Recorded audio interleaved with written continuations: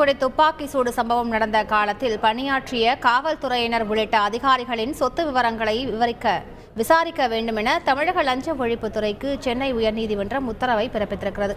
கூடுதல் விவரங்களை செய்தியாளர் சுரேஷிடம் கேட்கலாம். சுரேஷ், வணக்கம். சுரேஷ், இந்த வழக்கின் முழு பின்னணி என்ன? சுரேஷ் வணக்கம்.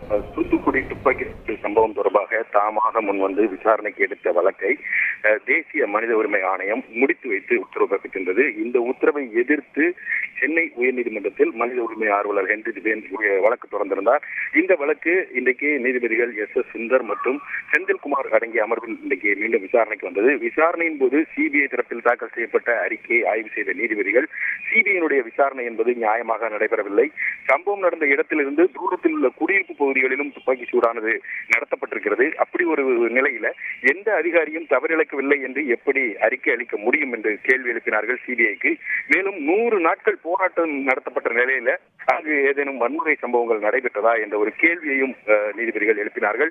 ஒரு சுதந்திரமான அமைப்பினுடைய அந்த விசாரணையின் முடிவு கவலை அளிக்கும் வகையில் இருப்பதாகவும் நீதிபதிகள் அதிருப்தி தெரிவித்தார்கள். பெரிய ஒரு விசாரணை அமைப்பான சிபிஐ அந்த விசாரணை நடைமுறை என்பது கையாளாகத்தனத்தை காட்டுகிறது என்ற ஒரு கண்டனத்தையும் நீதிபதிகள் பதிவு செய்திருக்கிறார்கள். மேலும் காயமடைந்தவர்களுக்கு எதிராக வழக்கு ஏதும் உள்ளதா என்ற ஒரு கேள்வியும் நீதிபதிகள் எழுப்பினார்கள். இதையடுத்து இந்த குறிப்பிட்ட காலத்தில், அதாவது துப்பாக்கி சூடு சம்பவம் நடப்பதற்கு 2 ஆண்டுகளுக்கு முன்பிருந்து சம்பவம் நடந்த பிறகு 1 மாதம் வரைக்கும் அந்த பகுதிகளில் பணியாற்றிய இந்த வழக்கில் குற்றம் சாட்டப்பட்டிருக்கக்கூடிய அதிகாரிகளுடைய சொத்துக்கள் குறித்த விவரங்களை சேகரிக்க வேண்டும் என்று லஞ்ச ஒழிப்புத்துறைக்கு நீதிபதிகள் உத்தரவிட்டிருக்கிறார்கள்.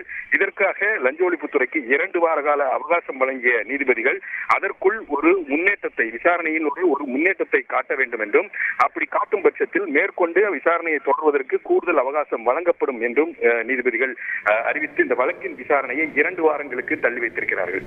முழு விவரங்களுக்கு நன்றி சுரேஷ். செய்திகளை உடனுக்குடன் தெரிந்து கொள்ள உடனே சப்ஸ்கிரைப் பண்ணுங்க.